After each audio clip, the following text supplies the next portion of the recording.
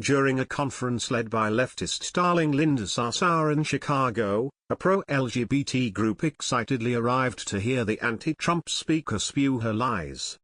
However, as soon as they arrived at the convention, they were greeted by a brutal dose of reality. Despite the left claiming to champion civil rights for fringe social groups, all of the minority interests are quickly sacrificed to Islam's political push for the Islamization of the West.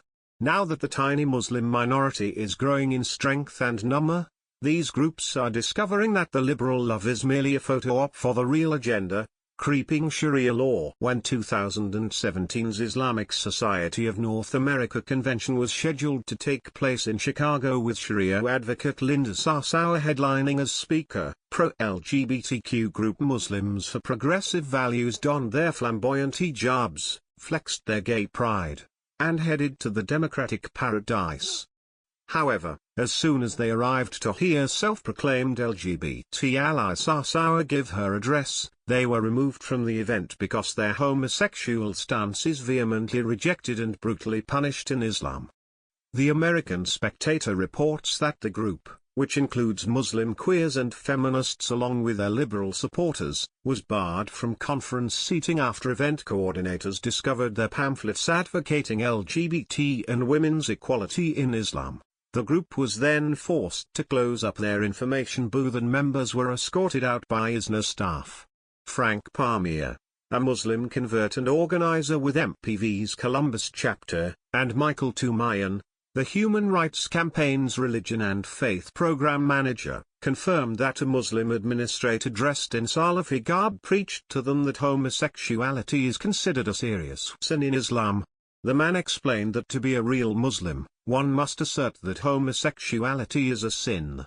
Palmier quoted, Palmier said that all MPV members were forced out by a group of men in suits, including ISNA conventions, conferences, and special projects director Basharat Salim, who told them that their values weren't compatible with Islam.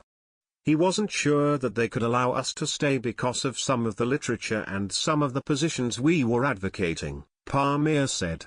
They would have to think about it and get back to us. They were okay with HRC's advocacy for gay rights. They were not okay with MPV's advocacy that gays should find unrepentant inclusion with the Muslim community and that women should be given equality. Soon after their expulsion from the event, MPV published a statement condemning ISNA for their hypocrisy. Neither Sarsour nor ISNA responded to inquiries regarding the group's removal from the convention. Of course, ignorant liberals who still believe their values are compatible with Islam are shamelessly defending both Sharia law and the LGBTQ lifestyle, ironically shilling for the same ideology that seeks to destroy him. Independent columnist and liberal Muslim queer Anru al-Qadi alleges that the negative mentality of homosexuality in Islam is merely caused by a cultural association instead of anything to do with Islamic scripture, although he conveniently neglects any context. Unfortunately, it may come as quite a shock when he reads the Quran and Hadith, as Muhammad himself explicitly condemned homosexuals to death. Abu Dawud, 4448.